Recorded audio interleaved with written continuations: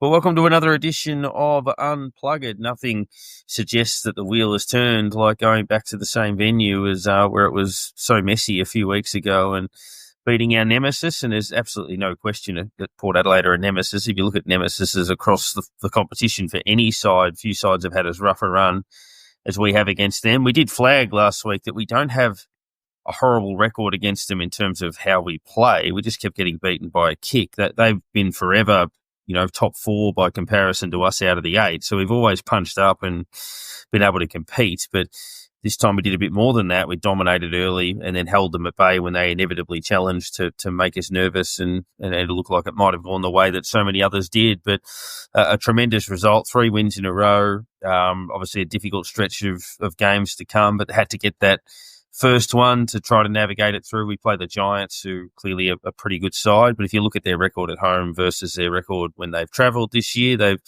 been slightly underwhelming on the road and impenetrable at home. So it does offer you something despite how powerful they are. There's a million things to talk about on the periphery as well. We'll kick it off by mentioning that we've travelled past 10,000 games amongst our guests. Brad Crouch tipped us over that mark last week with his 66. We've got a few more in the pipeline. We've got a potential 200 gamer not too far away, and a couple of others as well to bolster those things for us. But been a terrific honour roll. And Nick, as I welcome you in, a couple of players that are on our honour roll have been retrospectively honoured by the club. I think most Saints fans, even of our age, are aware of the 22 cents in the dollar scheme of the late 70s, early 80s, and the role that Trevor Barker famously played in that, expelling the loyalty and promoting that within the group. And there were a lot of people that were shortchanged, and I don't think the club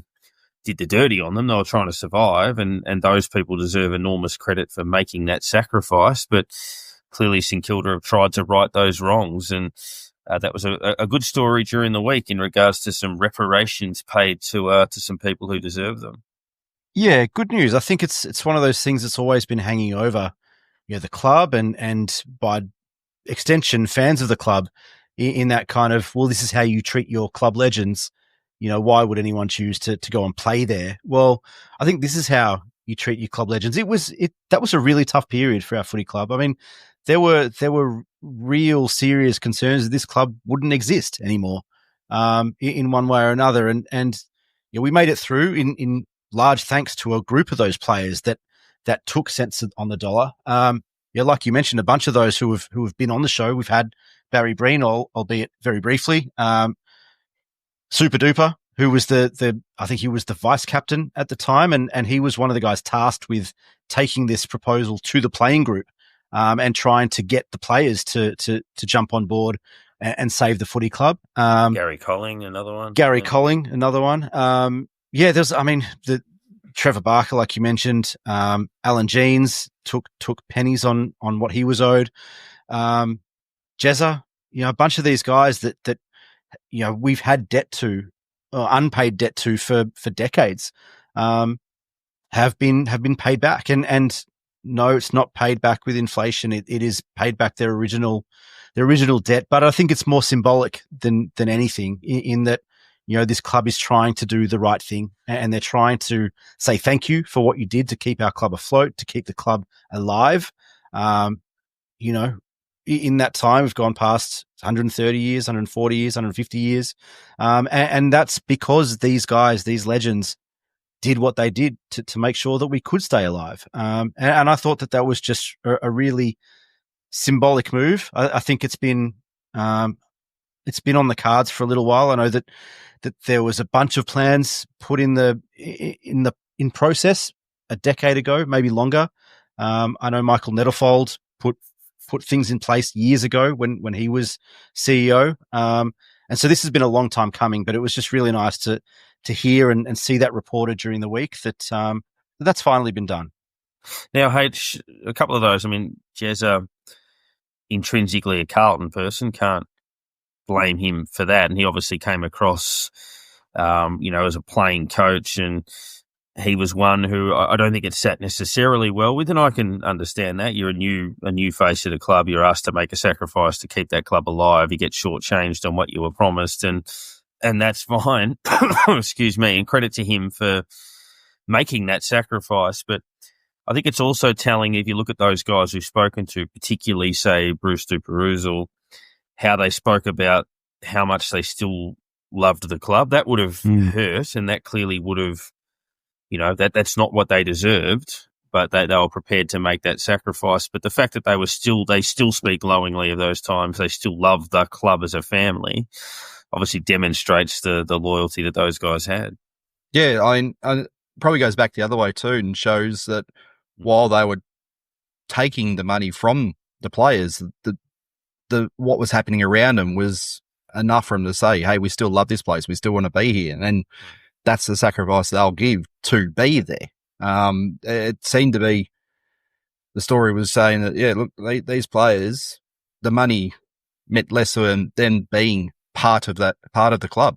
And yeah, I mean, it probably would have been nice to have been able to give it back to them in even bit by bit by bit before now, sort of thing. But they've come out and done it now.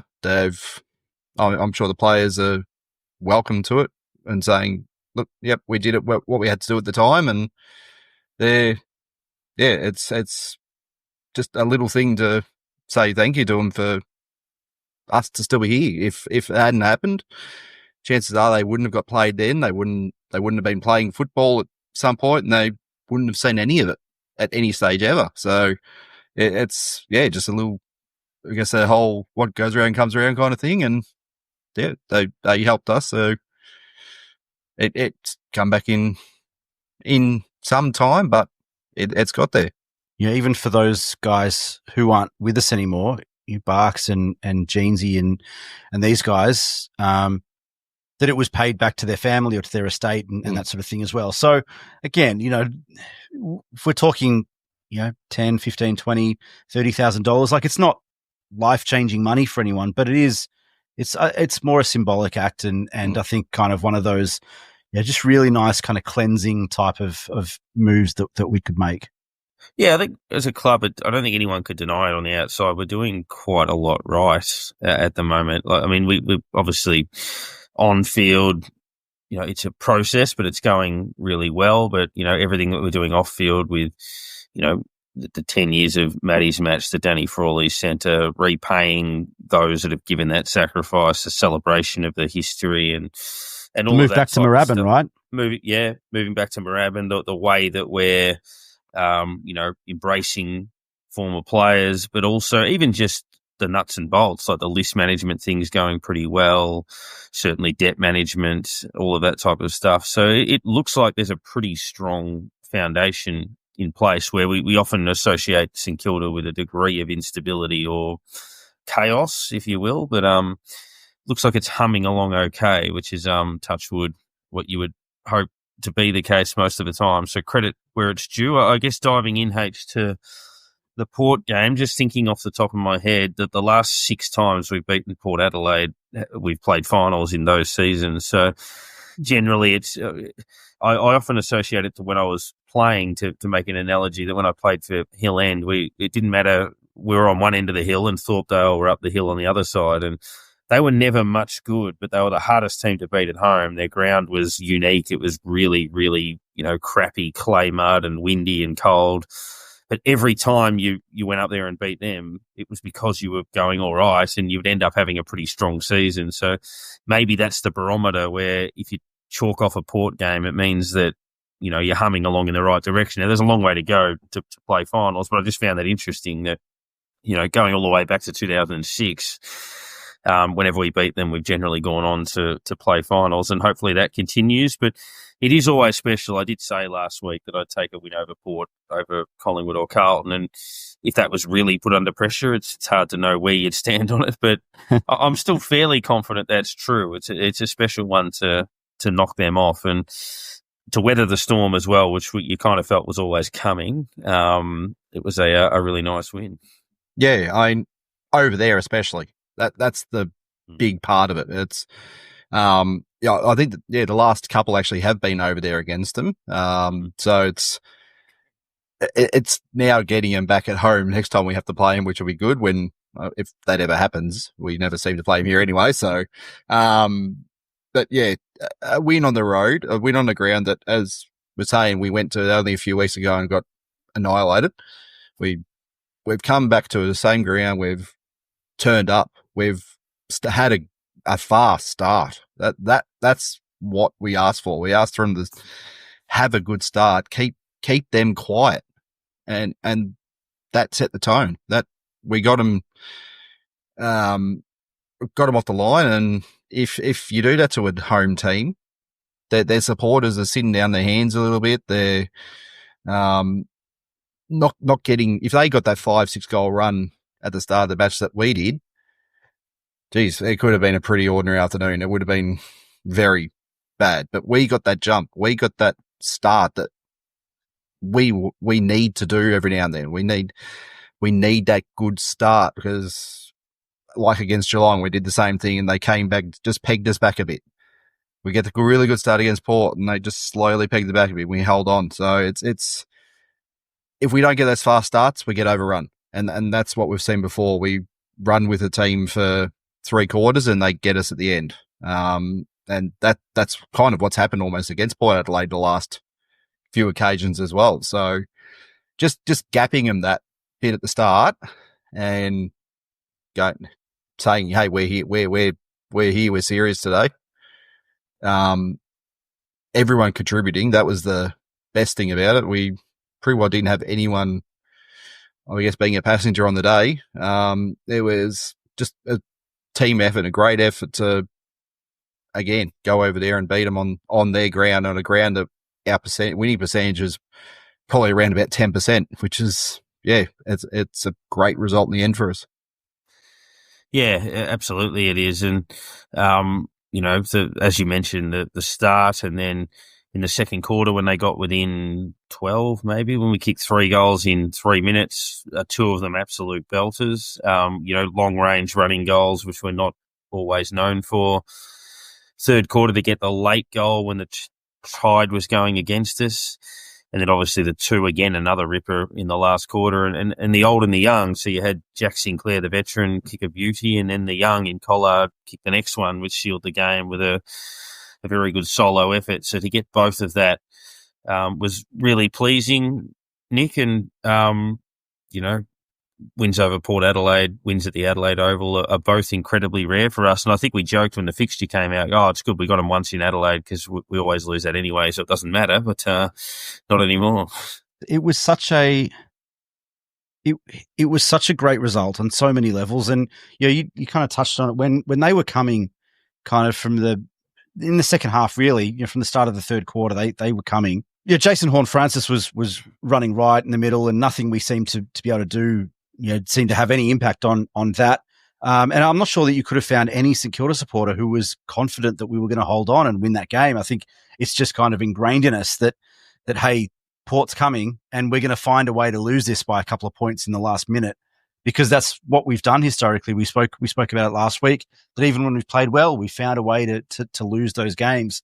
And I imagine, we've got a couple of chat groups that we're in, WhatsApp and Messenger and whatever, the 3 of us with other Saints fans, and you guys probably with other people, same as me, probably getting texts and messages all throughout that second half going, shit, it's happening again.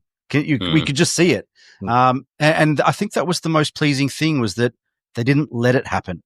That they worked through it, they worked around it, and they managed to fight on all the way to the end. And those goals that you mentioned, Darren, the Darcy Wilson goal, just seeing those guys when it felt like it was slipping away, that they just managed to find a way to kind of grab on with the fingernails and just kind of claw it back towards the end. And that was just so pleasing. And I guess just the opposite of what we were expecting, because in that alternate universe, it was quite easily, Horne-Francis or Rosie or Butters, who hadn't done much, whatever, that kind of pops up with that game-winning goal in the last 30 seconds or the last 60 seconds.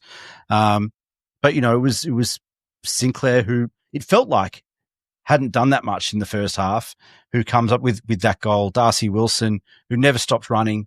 Lance Collard, who's been super impressive. I think we all probably had a bit of a crack at him last year when it felt like he was miles away. But his performances, not just with ball in hand, but those second, third efforts, the defensive pressure, just lowering the eyes, clever, smart, mature football, just really impressive. And so that was, I think, the most pleasing thing outside of obviously winning the game. But the fact that those guys never dropped the bundle and never gave up and continued fighting, even when it felt like they were coming. And we were minutes away from losing that game. Yeah, I think I was going to say, I think Fox Footy was almost trying to write that script again. At halftime, they showed a little package that showed the 2004 prelim and the Robbie Gray game, and it was possibly the game in up in Alice Springs and Cairns, and the last year's game, which was really tight in the end as well. It was 2 points. Almost like, don't do this to us.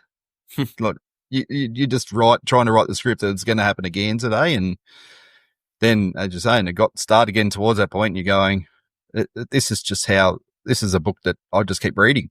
It just happens constantly, and finally we were able to go, no, we're not going to let this happen again, and we shut it off. And instead of we didn't kill the game, we went back to that. Let's do what we're doing earlier, attack the ball, and we kicked a couple more goals and finished it off. And that's I'd much rather see that than us trying to kill the time and just crawl over the line, because that's when you lose it. That's when you lose those kind of games. You just try to defend so hard that all of a sudden you lose track of a player and they'll just pull you apart and run over top of you. So to finish off the way we did that's fantastic. It was only those parts of deja vu that started to get me a bit nervous. Sort of up till halfway through the third quarter, it was strange to report game, but we looked, I guess, that much in control, and I thought, we should be okay. We were sort of 5 goals up. We were dominating. We had too much run, and I think we'll be all right. It kind of felt like we had them in check. It was only when you started to get those nightmarish moments in Port games, like when they had Pal Pepper was caught holding the ball, they didn't pay it, and then he gets a free kick for holding the ball when he rips off Zach Jones' head. Then a minute later, Georgiades kicks a goal from the boundary. Then they get a free kick at the top of the square for nothing, and you're like, I've seen this before. Like, it's just unraveled and we haven't really done anything wrong. It's just, the script's changed on us. And that Higgins goal late in the third quarter was so pivotal. It just halting that for a second. And I guess it's always that thing, if you haven't lost the lead, a lot of the times against Port, we might have been behind in the last quarter and trying to kick a goal to hit the front and we'd miss, or scrambling inside 50s and being wasteful. But there's always that hope that even when the opposition's coming back, if you're still in front, you kind of like, next goal probably kills them. And thankfully that came just in time. And really, as soon as Sinclair kicked that goal, they didn't look like scoring again, Port. We went straight out the middle and kicked another one and then owned the ball for the rest of the game. There was really no danger, which was a really nice feeling. I know I had a couple of people message in various groups saying, surely we've got them now. And, replying back saying old enough to remember 2017 and, and all of that. But, yeah, we held them at bay. There's a few moments, obviously worth mentioning, that we'll get to probably with some of the awards and other little bits and pieces that come off that. So obviously, Nasiah Wanganeen-Milera will figure prominently in that and the conversations that follow. But in terms of splitting the 10, this was pretty hard. Obviously, the week before, Jack Sinclair had 1,000 possessions, and at various other points, it's the best on ground's been pretty easy. But I gave 3 players 2 votes. I gave Nas 2 votes. Whatever he had, 28, 29. Kicked a crucial goal, set up the last one, used it superbly as always. 2 to Sinclair as well. Missed a sitter in the second quarter, and then kicked probably the best goal of the game in the last. And I thought Cal Wilkie played his most solid defensive game of the season, so I squeezed him in for a couple of votes. I gave 1 to Jack Higgins, just keeps playing well, had an excellent start to the year. I gave a vote to Brad Hill. I thought that was the best I'd seen him look probably over the course of the season as well. Jack McRae squeezes in another vote for a really solid performance, and then tossed up between Wilson and Sharman, even though Sharman didn't have huge numbers, ended up settling on Wilson just for his run for the other of those votes. Nick, how did you spread your 10? Pretty similar. It was tough. I gave one vote to Lance Collard. I think saw a graphic that said he had 17 pressure acts on the weekend. And like I said, I think we'd all seen the highlights when he was drafted, what he can do with the ball. He can take a big mark. He can kick the freakish goal, all that sort of stuff. He's got some tricks. Obviously, we didn't see much of it last year, and last year was very disappointing. He would have been disappointed. I think the club would have been disappointed. But we stuck by him, and he's obviously worked bloody hard because he looks a real player now. But it was not just the tricks and those sorts of things. It was the run and carry. It was the chase downs. It was the forward pressure, the tackling, the smothering. And when he did have the ball, making real smart decisions, like it wasn't just blazing away like you expect. A bunch of players like that who will often, when they know they've got the talent to make things happen, will often, eyes up, look at goal and try and blaze away. And a number of times on Sunday, Collard had the opportunity to kind of try a spin and a snap or something like that, where he was able to lower the eyes and pinpoint someone in a better position, which is real smart, mature percentage footy, and really impressed by what he's shown and how far he's come in the last 12 months. I gave another vote to Rowan Marshall, Naz, and Jack Sinclair, just because they keep doing what they do. They're all incredible players, and they just did their jobs as they do. I'm still a few little worries around Naz and some of his decision making with the ball, but I think he's on the right track. He was certainly much better in that regard last week than he was the previous 2 weeks. So I'm not too worried. I think that he'll come good pretty quickly. I gave 2 votes to 3 players. I gave 2 votes to Jack Higgins, who's really leading the line for us. And it's not just hitting the scoreboard, but I feel like he's become a real leader in that forward line and bringing players along for the ride with him and getting people involved and really showing that enthusiasm, which we know he's got. He's always had that. But I think he's kind of harnessing that in the right way and getting other people involved and all that sort of stuff. I think that he's been a very, very good player for us this year. 2 votes to Cal Wilkie. I thought was his best game of the season so far. And 2 to Jack McRae. I don't think we win that game without Jack McRae in the middle, because there was a period in that third quarter where I thought they were just going to run over the top of us. And there's a number of times where he just put his body on the line. He won a clearance, was able to get the ball out of that kind of contest, and just almost barrel the ball forward, out of our defensive zone or through the middle, where it just kind of halted their momentum. He did it all game, winning the ball in the middle and doing the Jack McRae things. But there are a couple of just really key moments in that third quarter where might have just helped to stop the rot in a number of passages of play. And not the 45 touch Jack McRae game, but super important in the 26 or 28, whatever it was that he had. So 2 to Jack McRae. H, your 10? Yeah, I like yourself. I slid Hill in for 1. I thought the best game he's played for us this year.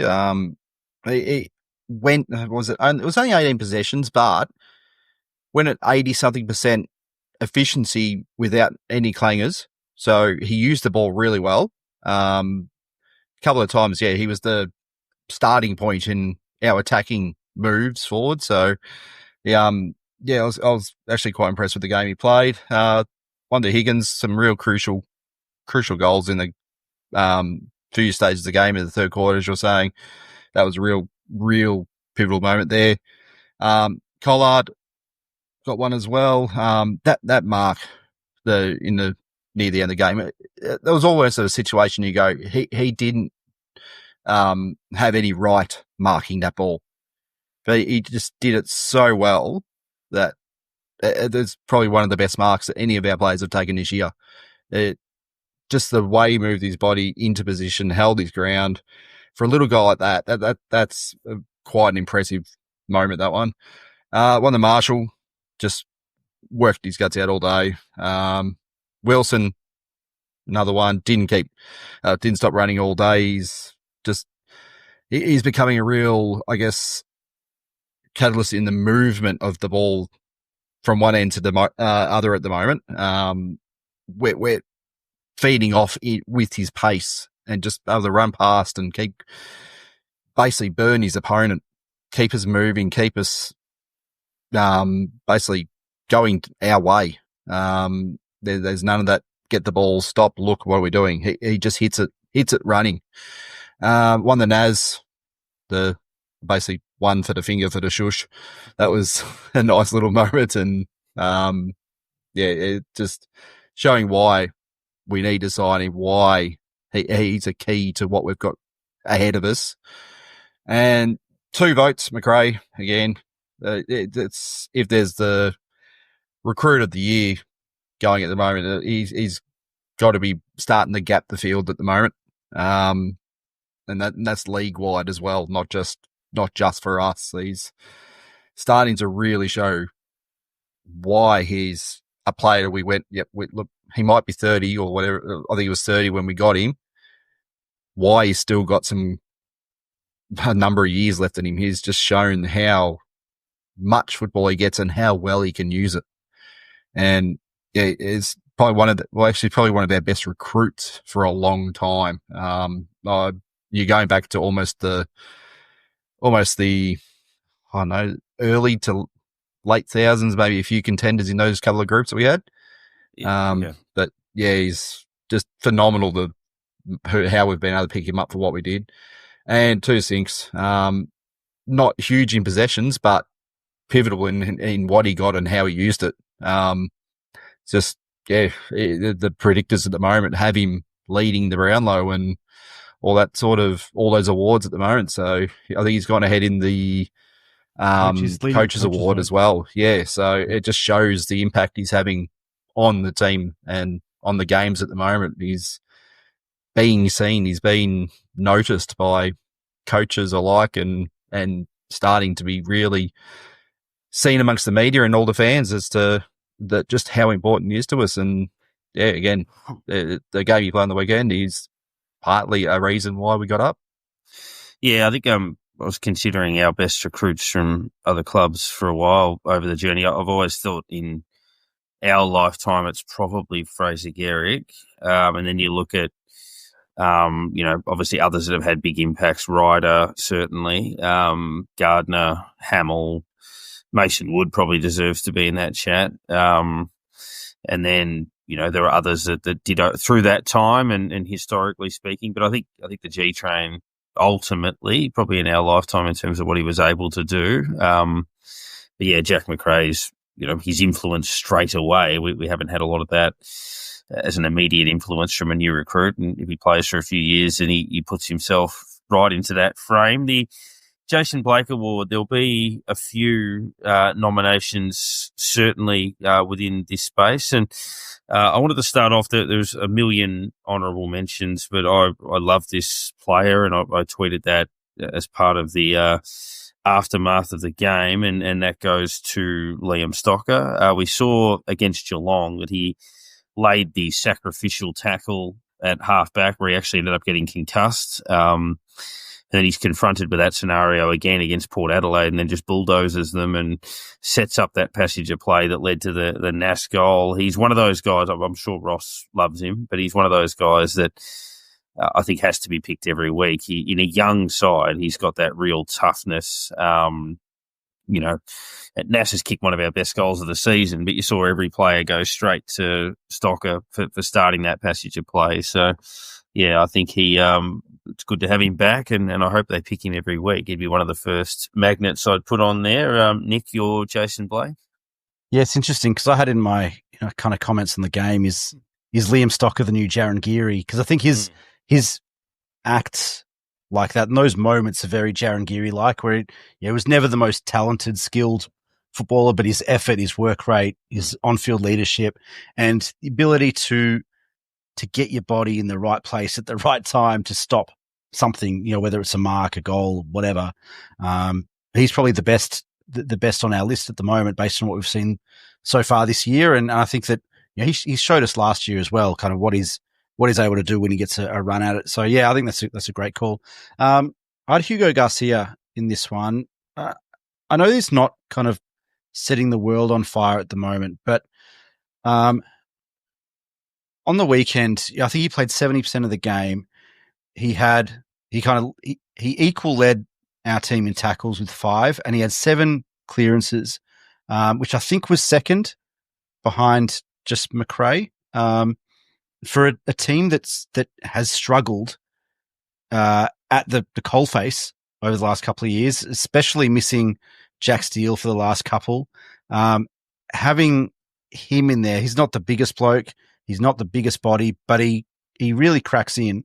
And like I said, he hasn't kind of set the world on fire. He hasn't had incredible numbers, but he's just done what needs doing. I still think that Hugo is potentially the prototype sub for us. When we get all our guys back and you've got Steele and Filippo in there, but the ability to trot out Hugo Garcia for, a quarter and a half and just crack in for 45 minutes, and, chase and tackle and harass, and that work ethic in the middle of the ground could be super important. And he's pretty valuable, flexible, can play multiple positions, can go in a back pocket, can, push forward and whatever, and provide a bunch of, defensive forward pressure and all those sorts of things. But, last week I thought he did exactly what was needed of him.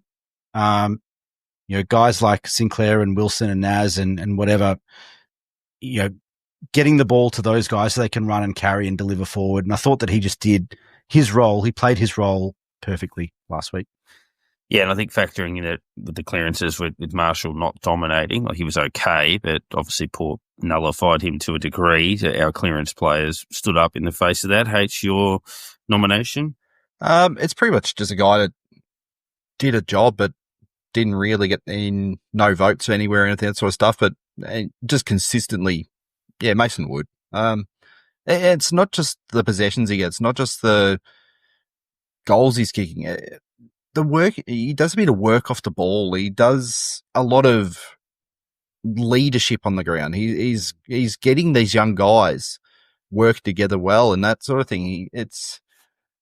He's really helping the group that he's of kids around him mature quickly. They're learning the game. They're learning the way to work as a group together. And he's the guy up there giving that leadership. And you can just see it. You can pick up on it. And yeah, he's almost like, I think it was in the leadership group issue. I'm just trying to call back to what I remember saying to start the year. I'm pretty sure he was in there. And yeah, he is doing that job brilliantly. He's clearly someone that they can go to, someone you can count on to help out. And yeah, I'm just loving the work he's doing. As I say, he may not have the most possessions on the ground, and he might have a quiet week here and there, but the work he does otherwise is benefiting us in many ways. So he's a very much a credit to the team at the moment. H, you can keep the ball rolling with the probably slightly harder to find, the Shannon Knoll Award. I've got to look at who's not in the team at the moment. And down at Sandy, the results aren't great down there at the second. They're probably a few players short, for the a few injuries there and that sort of thing at the moment and that sort of thing. But we're not hearing huge efforts from any of those players down there. We're not hearing, one of them's kicked 6 goals, 7 goals or something, or one of them's had 40 touches, or they've taken 15 marks or whatever. We're hearing, one of them obviously is Ari, who's getting 30 touches or something, but 15 of them are from kickouts. There's no real numbers that are putting any pressure on players in the team at the moment. Players who are injured at the moment are going to be coming in ahead of these guys. And that's not what we need. We need these guys down Sandy pressuring. We need them pushing to get into the senior side. They need to lift down there a bit. It's just not sounding Like it's really happening. And going by the news that broke earlier, or from Tom Morris, that we're looking to change or leave that altogether, you can kind of sense why. I don't know, if what we're wanting to do is happening down there at the moment or what's going on, but we might need those extra senior coaches in there and just give them a bit of a kick along to get them moving a bit. Yeah, it's an interesting conversation that we'll touch on in a moment, that Sandy stuff. It's always been a fascinating watch, the apparent disconnect. Obviously, we saw that with the recruiting thing at the end of last year. But Nick, you're Shannon Knoll? Potentially unfairly. Zach Jones, who I think has had a pretty decent start to the season, was a very average game on the weekend. Played 60 to 70% of the game. I think he had, 12 touches, something like that, one clearance.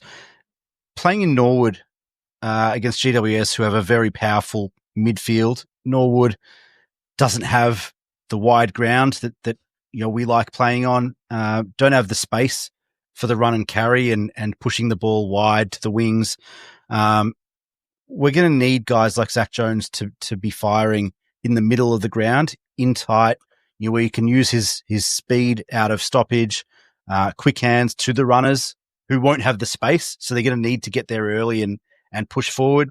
I think it's just going to be really important for guys like Zach Jones with the big bodies, experienced players, to help nullify that Giants midfield next week. And like I said, I think he's had a pretty good start to the season. I think last week was his probably his worst game so far. But I think it's, like I said, it's tough to choose someone who's got a lift out of this group. But I think if we're gonna be competitive next week, and I think we will be competitive, that guys like Zach Jones really need to stand up and put their best foot forward, given the ground, given the lay of the land, given who we're playing, all that sort of thing. So Zach, big role to play this week. Yeah, similar for mine with Ryan Burns. It wasn't too bad, but it looked a bit jittery at times just with his disposal and with a couple of guys to come back. And I know Ross is a big fan, but, he's one who might be slightly precarious. And a minor one, it doesn't bother me too much. I don't want to get too hung up on media stuff. I know, there's always been the St Kilda versus Kane Corns thing, which whatever, don't want that to put a dampener on anything. But I think if you understand the history of something, it doesn't matter too much. But when they put together packages like the 7 things we've learnt out of the week and stuff like that, I think if you sit there and go, St Kilda were expected to be bottom 4, haven't beaten Port for 5 years, have beaten them once in 15 years. They've just kicked 6 goals in the first quarter against them, launched themselves into the 8. Port Adelaide have got the succession plan thing that looks like it's completely in tatters. I'd find a story other than, Jason Horne-Francis played well as my takeaway from the game. I thought, I don't know. I mean, maybe that's just because I've been doing it for a while, but I'm like, of all of the things to take out of that game, well, Horne-Francis had a few kicks. Oh, yeah. Anything else happened that day? Was that the story? Just thought that was bizarre. That's not a bias thing or anything where it's like, oh, why'd you mention Port? I'm like, even if you were going to mention Port, that was probably the 11th most important story out of everything that happened with them. You could have sat there and said, oh, the succession plan's a worry. Ken Hinkley should go now. Or why don't they implement it here? Oh, gee, St Kilda are better than we thought. Or Zach Butters is a yappy little bastard, or whatever you want to. You could throw a million things in there. But Jason Horne-Francis having a few kicks, I'm like, yeah, whatever. The difference is he was probably the difference between a 3-goal loss and a 10-goal loss, though. That's yeah. Well, he was bloody good. Them. Like, yeah, don't get me wrong, but you're right. There were so many other narratives. If that's the headline of the game, then I'm like, right, fair enough. Turning our attention to the Giants, who, as we say, very good side. We played them in the finals a couple of years ago. We lost to them by a point last year, which is probably deceptive. We were 7 goals down or whatever it was in the last quarter, but would have been an extremely famous victory had it have gone a different way. Selection. This is probably where we dive into the injury list. obviously we had the news filter through late afternoon, a few hours before recording, that Max King had the setback in inverted commas and would be TBC. Now, I believe that one. I know obviously we're talking early in the year that round one was fanciful. Clearly that was the case and sold a bit of a lemon on that one, but there must be something going on now where either whenever he extends to the point of being ready to play, there's something that's sort of pinching or irritating there that holds him back, or they didn't get it all when they cleaned it out. But no, it's actually just been confirmed before by Ross that he's actually just tweaked the calf. I see. So it's the message has just come out earlier, not long ago. So it's not even the knee now. Right. So obviously he's then accelerated in, and that's happened. Well, I wonder if tweak means 1 to 2 or tear, which is 4. So it's obviously fallen off, so we should expect him back in a week or two.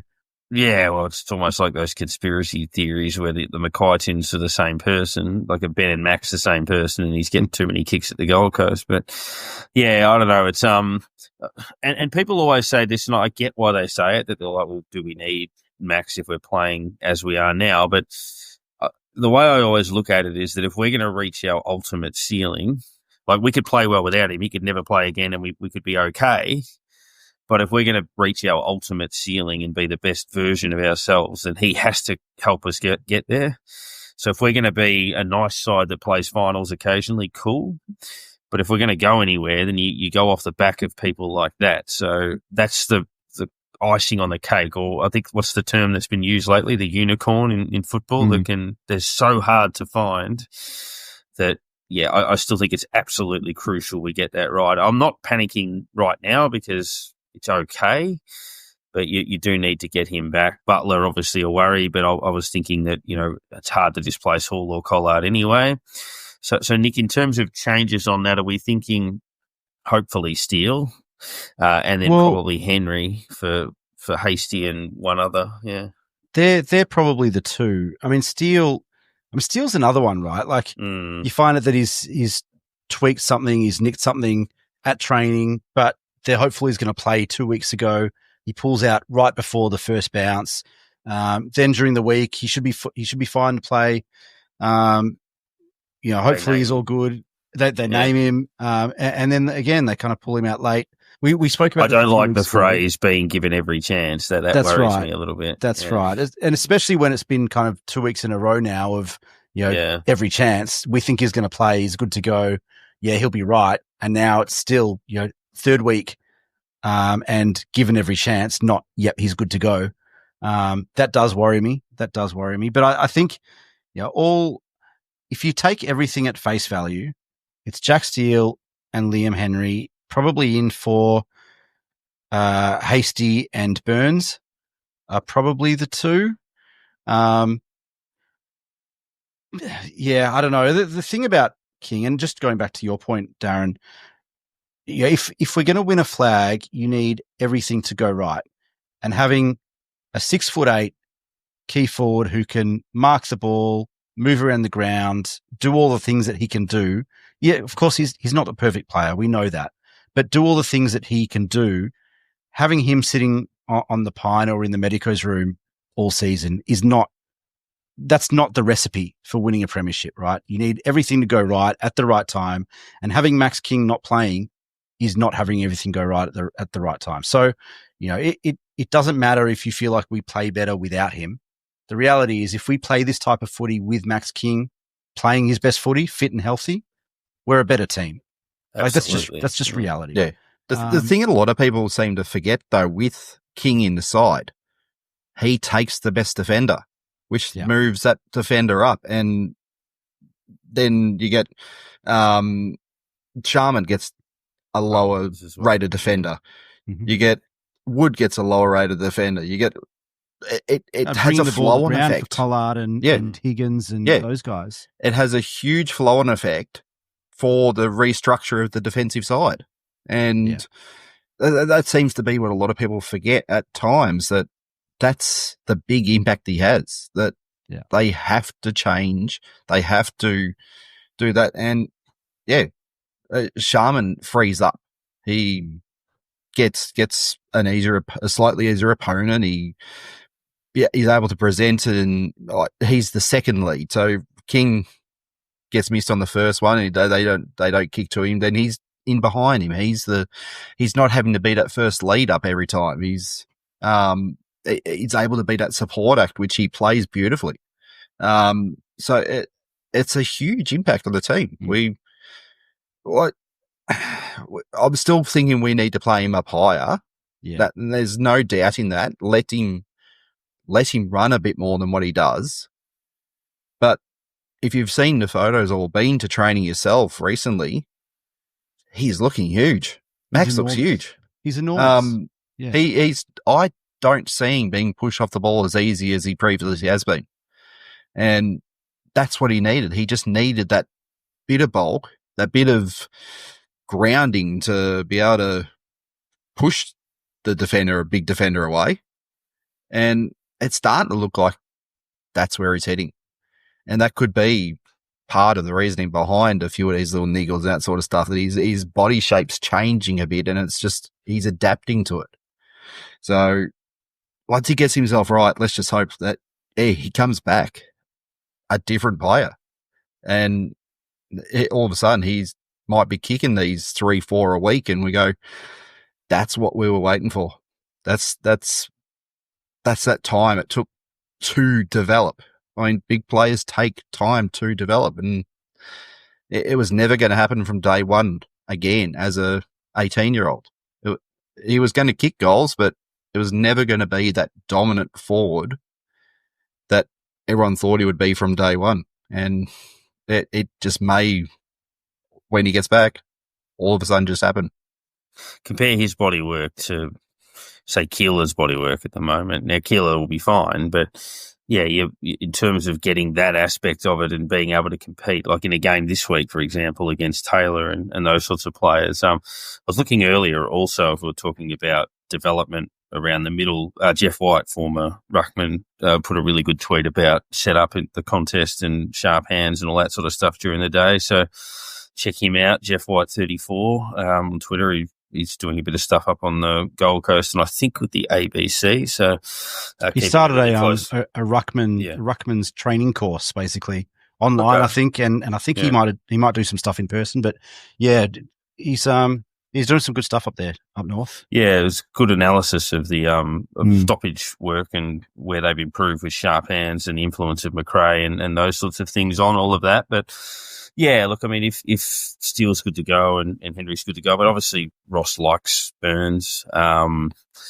Stocker would be unlucky, and either of the kids like Travalia and that, I wouldn't have thought so. They'll keep persisting with those guys, with Toby looking right at home at this stage. So yeah, and then it just comes down to the analysis of the game, really, before we get into some listener questions and a few other things. That the Giants midfield, as we know, is elite.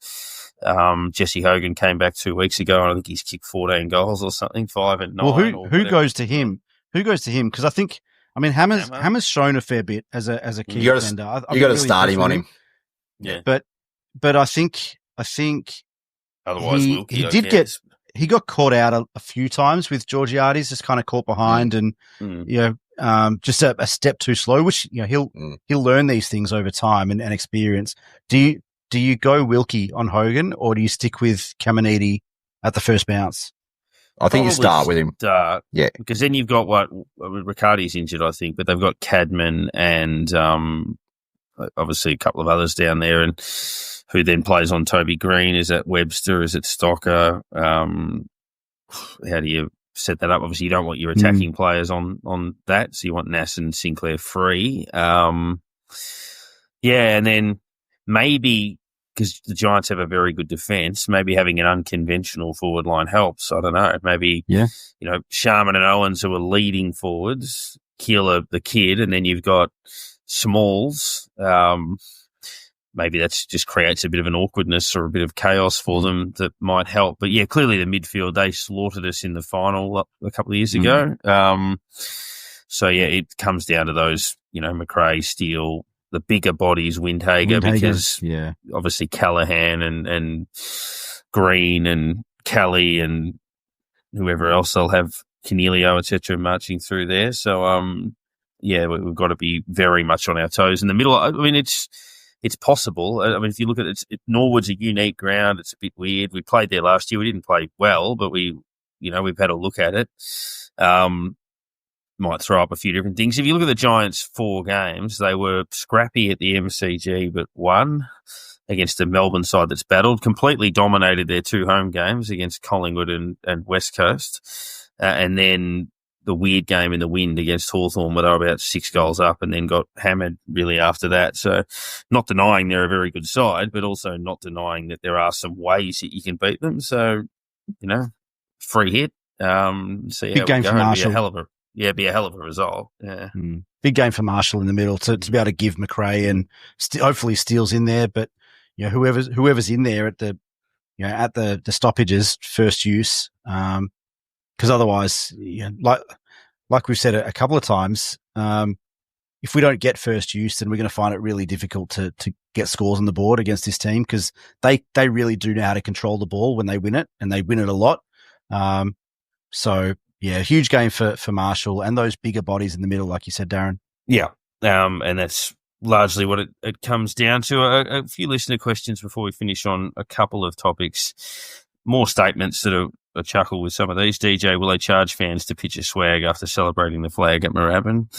I do remember going back to Moorabbin after the 97 grand final. They had like a live music thing there, which could have been very different. They say a lot of questions around Max King and whether he's actually missing that leg entirely. Ricky saying was Max King's surgeon 3 dogs stacked on top of each other wearing a trench coat. I like it. A few people suggesting the club has been a bit vague on injuries. Yes, but I don't think that's the case now. I think it's probably a little bit genuine. Sky Blue Sainter H. Travalia seems to be moving all over the place as you do with younger players coming in. Where will his most stable position be when he's not so new in a year or 12 to 15 games time? I do think he looks pretty comfortable already, but in terms of where you think he'll settle? Wing to flank sort of thing. Yeah. That's, just that spot where he's got a bit of open ground. He's got an ability to run to a space, run into the mid to help out or to give that basically run past the packs and get that feed of the handball. And it'd be around that, from the forward flank up to the wing, roaming that area sort of thing.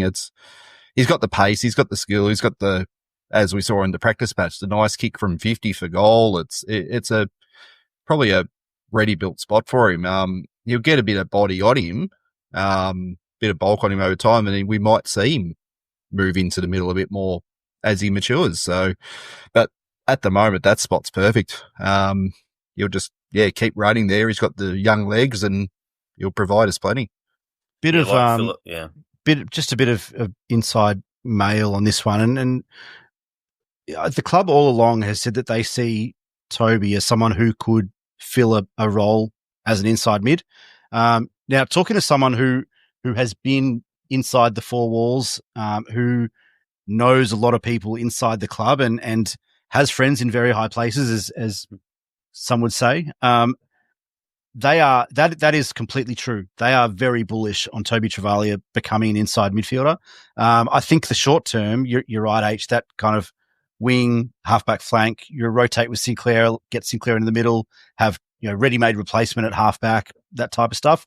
But I think also what they have discovered, and again, I'm just kind of relaying information that's been passed on, is that they did a deep dive into Toby during his draft year and looked especially at his time as an inside midfielder. And I think that the data was something like this, and forgive me if I'm some percentage points off or whatever, but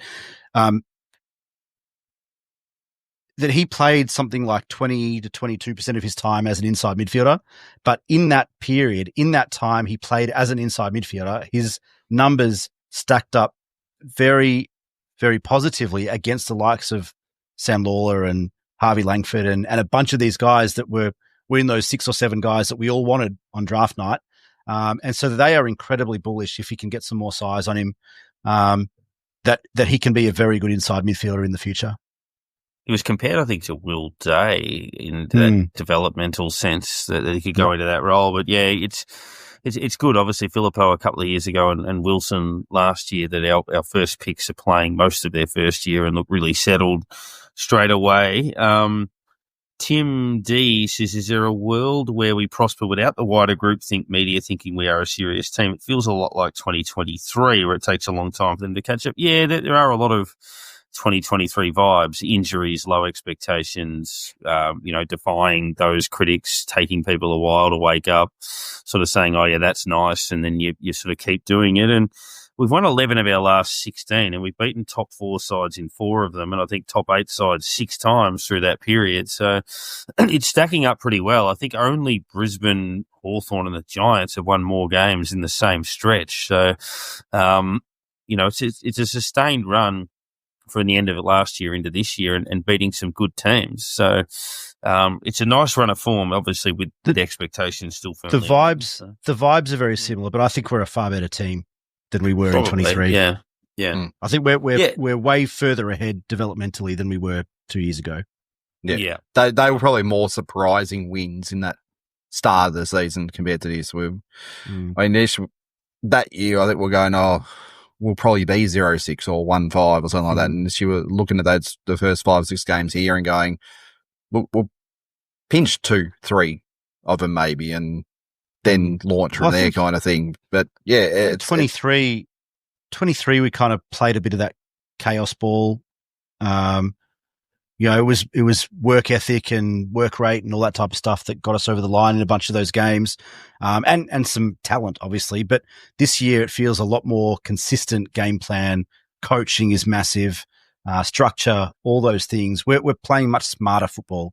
It seems like we know what we're doing, whereas before it was just like push forward, come in waves, and get it long and hard. And now it's much more structured. Yep, definitely. And Lou, one for you, Nick. Who are the 5 players so far in 2025 who are exceeding the expectations of fans and members? I will start. I think he's probably nailed it. Caminiti, Hall, Garcia, Collard and Jones. Anyone missing from that? I wouldn't say McRae, I don't think, because he's probably doing what we thought he'd do, but he has been. Yeah, real specifically exceeding. You could put Higgins in there just because I think he's had a lot of detractors, and there's been a lot of crap talked about Jack Higgins over the years. But I think that's pretty spot on. I'd probably have a slightly different order, but yeah, I think those 5. Not sure anyone had Max Hall playing every game so far. Not sure anyone had Lance Collard doing what he's done in the last couple of weeks so far. Not sure anyone had Zach Jones. You could probably see it a little bit. A lot of people wanted Hugo Garcia in the starting midfield from round 1.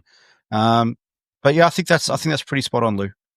Yeah. And Higgins has played this level before, but he's at a very high standard at the moment. Now, a couple of things before we wrap up. Nasiah Wanganeen-Milera, I guess that there's been rumours floating around, as does happen, but it feels like there's a bit behind it, and I believe it. Like if you compare it to last year, where we were sweating on battle all year.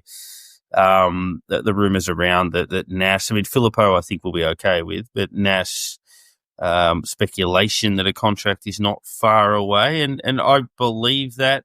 I think that I know there's going to be pressure coming from South Australia, but I just get the feeling we might be able to lock him away. Yeah, there seems to be a lot of smoke coming from this one. So hopefully it's a nice big warm fire that it's coming out of. It's I was saying before we got on, it's probably maybe a good place to actually announce that we've gone over there, beaten Port, who it sounds like are the team who are throwing it at him, to go, while we're here, we'll just announce that, he's here now, but he's coming back with us. So that's right. It's a nice little place to maybe announce a signing like that, and on top of that, another South Australian in Filippo. There's a rumor, with the rumor he's signed as well. Hopefully it's all happening. Hopefully this is all just up and up and up, keeping this group together and becoming what it feels like some media outlets are starting to be afraid of, that we're starting to become a destination. They're all the pens are shaking while they're writing it, I think. So, a little bit of get these guys in and then watch the other ones hopefully fall in place afterwards and really start an attack. Was the Nas shushing the crowd a little preview of what's to come, do you reckon? It would have been nice if he had gone shush and then done the pen gesture or something. That would have been nice. But hopefully that's coming in due time. But and the final one, obviously, Tom Morris mentioned, who he does get a lot of St Kilda mail, in fairness, in regards to Sandringham. Now, there was all that talk at the end of last year about the draft with the commitment to take one of their players, which didn't happen. I think it was a silly commitment to make because you don't know if the players are good enough. You can't just commit to doing something like that. But they clearly went against it, but that's okay. They shouldn't have promised it in the first place. But then you go on to we lamented on the weekend, and look, in fairness, the Giants had 16 AFL listed players and we had 6 or 7, so it was always going to be ugly. But obviously our Sandringham players that we rely on have been underwhelming generally.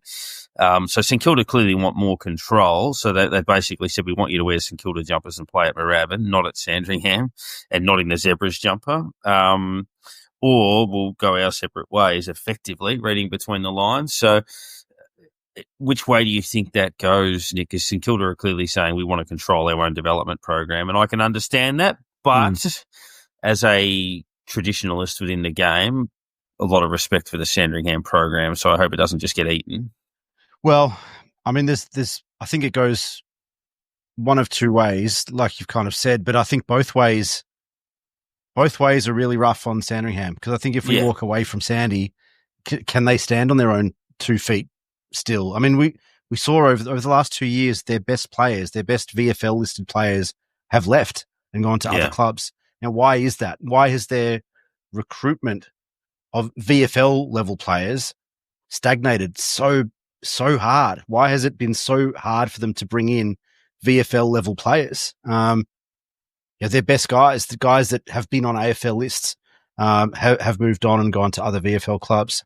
There's been very few guys drafted or listed from Sandy over the last, since we've been there. So I ultimately, I think longer term, we will have our own VFL team. And whether it's the VFL, whether it's a standalone AFL Tier 2 type reserves comp, I don't know. It certainly feels like the VFL is becoming that, with especially with the northern sides coming into that competition and all that type of thing. But I think eventually there will be an AFL Tier 2 level reserves competition like there was 30 years ago. In the short term, I think it's going to be a really tough period for Sandy, and I'm not sure whether there is a Sandringham Football Club in the VFL in 10 years' time, which would be sad. It is the beginning and the end, I think, anyway. It's going to happen. The AFL reserves will return as a secondary competition. It's going to open up a whole lot of situations. I was talking to a few people about this, that it's going to open up the possibility of 3 sides or 3 teams playing in the same, not necessarily the same venue, but the same city every weekend. You have the seniors, you have the reserves, and you have their women. They'll all play. They'll all travel together and play. Say, we'll go over to Perth as a team and all play West Coast on the same weekend. It opens up the ability for the reserve side to go to Perth and have a supplementary player play with them. And this opens up the mid-year draft even more.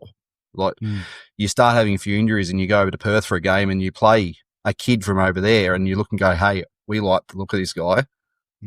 Or a mid-season trade period. Yeah. Well, that's exactly right. It's going to open all these things up. It's going to change everything again. And the AFL won't knock back that ability to do these kind of things. So it's almost us getting on our front foot and going, we are St Kilda. We're going to be St Kilda. Whether you want to come along with us, as you're not going to be Sandringham. You're not going to be known that, but we'll take you with us as part of it. But it's almost, it almost feels like they will be dropping back on their own into whatever the secondary Victorian competition will be in the end. One of the broader issues. Yeah, I think it's one of the broader issues of the VFL, which is not our fault. But, I mean, you look at North Melbourne were aligned with, I think, Ballarat. North Ballarat or whatever it was, yeah. Were aligned with Williamstown, who are still alive, Werribee still alive. But Bendigo Bombers gone. Coburg were aligned with Richmond. They're in trouble. Sydney had Port Melbourne, and they've survived quite well. Yeah, obviously Port Melbourne are a real traditional club, but, Box Hill heavily reliant on Hawthorn, Casey formerly. They are essentially Hawthorn. A lot of that tradition's gone. So, yeah, exactly. We saw that when Box Hill made the grand final a few years ago, and they left Rioli and McAvoy out and in the last quarter, and it cost them the game. And that's just, it's unfair. Obviously, there's a deep connection between Sandringham and St Kilda, but the Saints have to obviously act in their own best interest, as harsh as that is. They are the bigger entity, and hopefully it comes to a point where Sandringham can survive. I don't think there's a soul on earth that Barracks for St Kilda wants bad for them, but hopefully there's a world where they can both coexist, but it's not a great partnership at present. I think, like you kind of touched on at the top of the show, Darren, I think we're finally in a space where, and I'm not going to speak for you two, but I feel like we're finally at a place where we can kind of trust the administration to make the right call here. I think that they're doing a lot right, like you said, and if these decisions have to be made, and ultimately at some point this decision is going to have to be made. I'm glad it's this administration that will have that opportunity to make the decision, and not any number of the administrations over the last 30, 40, 50, 60 years who have made poor decision after poor decision after poor decision. This club feels like it's now full of smart, strong decision makers who I believe will make the right decision in the best interests of our football club. And that's all we can ask ultimately. Like you said, we'll feel bad for Sandy if that's what it comes to. But, ultimately we have to look after ourselves as a footy club, and that's what we're doing. So gather round upon us, our second consecutive game in Adelaide, third for the season. It'd be nice to win 2 of them and obviously win 4 in a row, beat another top 4 side. And that's what's in front of us. And you just imagine what it is if we're talking in a few days' time, having done that. So it's a challenge, but so was last week and so was the Cats game. And just keep ticking them off and working towards getting players back. It's going to be a fascinating selection watch on Thursday night. Good luck to all of those that have gone across to Adelaide and stayed there, or are going across this week, on to everyone watching it. And then obviously we return to Melbourne officially next week. But go Saints and let it keep rolling.